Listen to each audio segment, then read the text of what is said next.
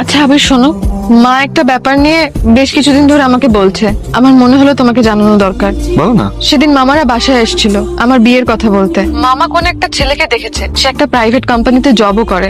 আম্মা আমাকে জিজ্ঞেস করছিল, আমি কিছুই উত্তর দিইনি। আমার কি বলা উচিত আবির? তুমি মাকে না করে দাও। না বলে দাও, তুমি বাসায় আসো, এরপর আমি আম্মাকে তোমার কথা বলবো। ইরা দেখো, আমি এই মুহূর্তে পারবো না, সময় হবে আমি তোমাকে জানাবো। তুমি তো আমার আম্মাকে জানো, একবার যখন ওনার মাথায় কিছু ঢুকেছে উনি তখন আমার বিয়ে দিয়েই ছাড়বে।